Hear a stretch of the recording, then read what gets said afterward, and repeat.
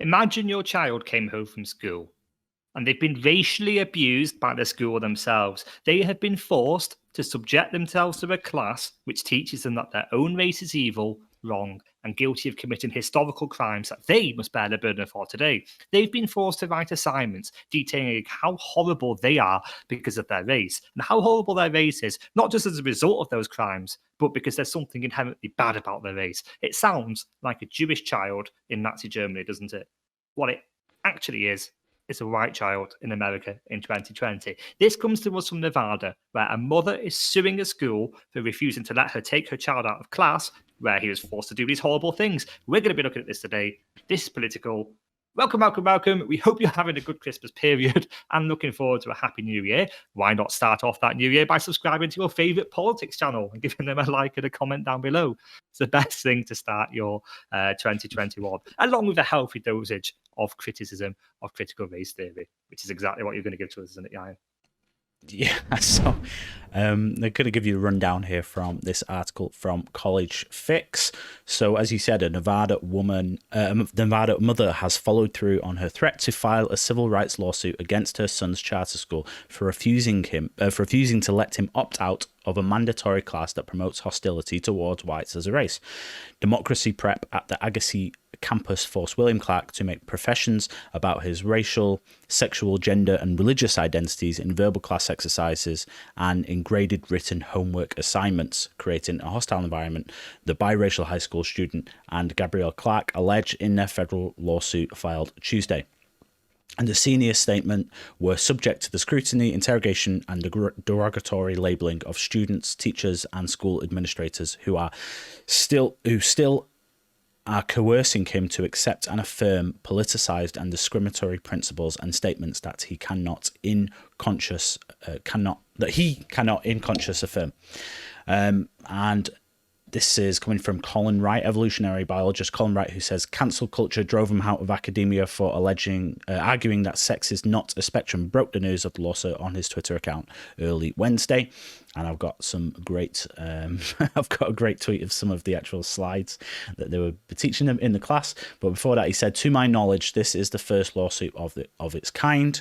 The editor wrote in the thread, keep a close eye on this one as it could set a precedent and cause a lot of dominoes to start falling. It alleges several constitutional violations, including compelled speech, viewpoint discrimination, retaliation, invasion of privacy, denial of equal protection, and infringement of the Establishment Clause. The defendants committed intentional and retaliatory discrimination on the basis of colour, race and religion, and gender discrimination. They even violated state contract law by breaking their own stated promises. According to the suit, suddenly after renewing enrollment this fall, students were being instructed in a fringe ideology overtly hostile to the core personal beliefs about home and church, race and sex, and much else. So, I'm kind of amazed that it's taken this long, really. This is the first time I've kind of heard of it, and as Colin Wright says here, it's first lawsuit of its kind. It seems strange that it's taken this long because there are, many constitutional rights that everyone is afforded that were, kind of initially, or many of them were brought forward to as part of the civil rights movement and now kind of being used to protect white students in school. It's kind of weird, isn't it? Yeah, and it's just reflective of just how hypocritical these progressives are. Literally, no one believes these people are campaigning against racism. Okay, the reason why is because that campaigning against racism takes the form of campaigning against a certain race or gender or viewpoint, right? And this just completely symbolizes that. Okay, they want to put whites down. They want to attack white people. Okay, they want to attack this race as a result of history, as a result of what's happened in the past. People like us, conservatives, normal people, in fact, not just conservatives, we want to look ahead and build a society that's equal for all. Of course we do. We want to implement policies that brings everyone together on the equal footing. But what is these people's obsession with just attacking people and literally drilling it into the heads of school children that they're evil because, 400 years ago, someone they never met and will never meet benefited from slavery? It's ridiculous. It's utterly stupid, man.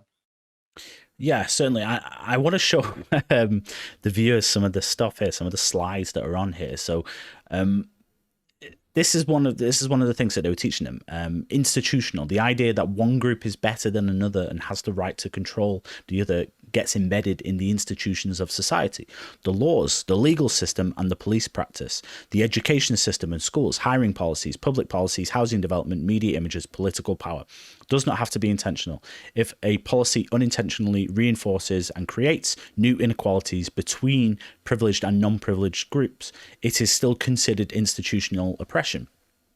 Well, obviously that's absurd anyway. But here's some of the examples they use. When a woman makes 2/3 of what a man makes at the same job, that's institutionalized sexism. When 1 out of every 4 black young men is currently in jail, on parole, or in probation, that's institutionalized racism. When psychiatric institutions and associations diagnose transgender people as having a mental disorder, that's institutionalized gender oppression and transphobia. And this is why so many, as you say, normal people can't get behind this idea, is because it just falls flat at any scrutiny whatsoever, right? It falls apart. The whole argument falls apart. This idea of, the gender pay gap, okay? Any multivariate analysis of the gender pay gap proves that there's actually only really a tiny gender pay gap, which, some of it may well be down to sexism, and there are laws against that, to discriminate on someone based upon their sex. So if you see it, you call it out, and you can bring forward a lawsuit to someone if that happens. 1 of every 4 black men apparently is currently in jail, on parole or in probation. So they see that as racism, just because they look at the outcome and they go, well, the outcome is this way, therefore the only explanation is prejudice. Well, people have grown up with this idea that you can't be prejudiced to someone unless it is intentional. I mean, that's kind of the very definition, should be part of the very definition of it. How can you be unintentionally prejudiced? It doesn't make any sense. There has to be a conscious thought. So if you can explain away why 1 in 4 people from a certain demographic are in prison, based around various other cultural and social factors, does that make it racism? Obviously not. And most people understand the logic there. So how can they possibly, force people to conform to these ideas when they so easily fall apart once you actually put them up to any scrutiny? And then obviously the irony of all of this is, if there's one sort of side in this cultural war that has taken control of the education systems and the legal systems and hiring practices, it's those that are proposing that they're the ones that are oppressed, because they have affirmative action. And the great irony of this is it is the education system that is teaching this to students in the first place, and they're saying that those education systems are institutionally racist. It's absolutely ludicrous. Yeah, and it's just so, it honestly baffles my mind, because these are the same people calling Latin people Latinx, which Latin people don't want to be called, and yet they force this label on them, and they say, oh, this is the progressive thing, yeah, like this is the critical race affirmed label for them. It's utterly ridiculous. And you mentioned 2 things there, okay. I don't like the attribution of blame that these people do. So with the gender pay gap, okay, the gender pay gap exists because in the 70s, where the people today are making, people who were entry-level workers in the 70s are now massively, like, a huge part of the overall total wage bill today, okay?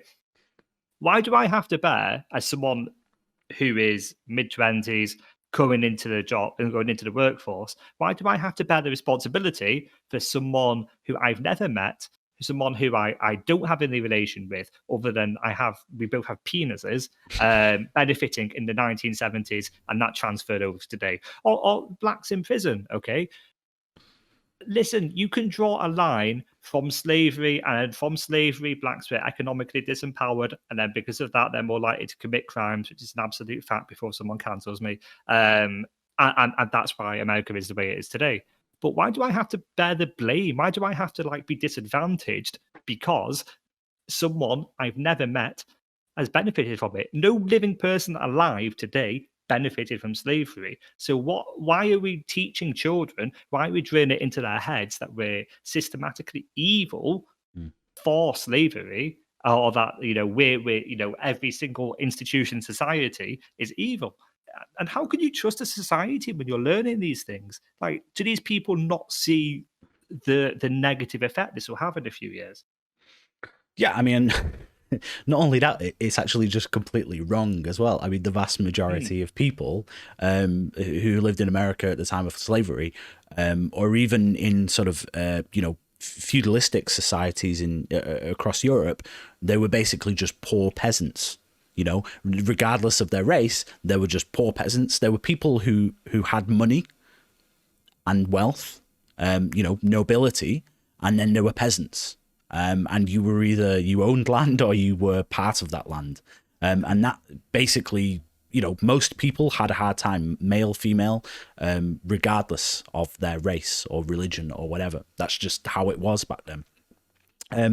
So they have this kind of revisionist view of history and the way things were, that is totally false anyway. And any some reasonable person who has a reasonable understanding of history knows this. And the other thing as well, I mean, going back to the gender pay gap, as you were just saying, I don't know if this is in America or the UK. I can't remember exactly where the study came from, but women get paid more than men in their 20s and 30s for the same work. It's not actually until people reach around the age of about 40 onwards that men actually then apparently start to get paid more than women for the same roles. And obviously there's probably a reasonable explanation for that, being that a lot of women are obviously taking time off then for maternity leave at that point, and so their sort of male counterparts will have more experience in the role, which I think, if you want to go down that road, fair enough. I think, like, women shouldn't be at a disadvantage because they obviously physically can't work for that period of time while they're obviously close to being giving birth. So that's a fight that I think absolutely go for. But the end of the other thing as well is in universities, more girls are going to university, girls do better in university. And so it's like, how long do you want to keep disadvantaging one side and giving an advantage to the other side before, like suddenly people are going to go, well, hold on. What you've basically done now is created this society of unequal opportunity where people from minority groups or females have much bigger advantage than white males, essentially.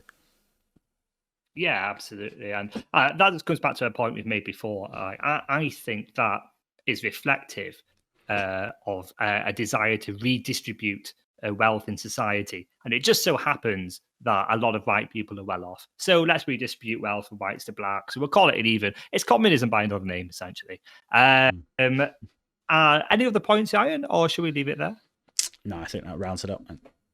Okay, so happy Christmas to everyone. I hope you're all doing well. A good old bit of a race rant to perk up to finish 2020 with, which is always nice. Please do subscribe, please do like, please do comment, and we will see you next time.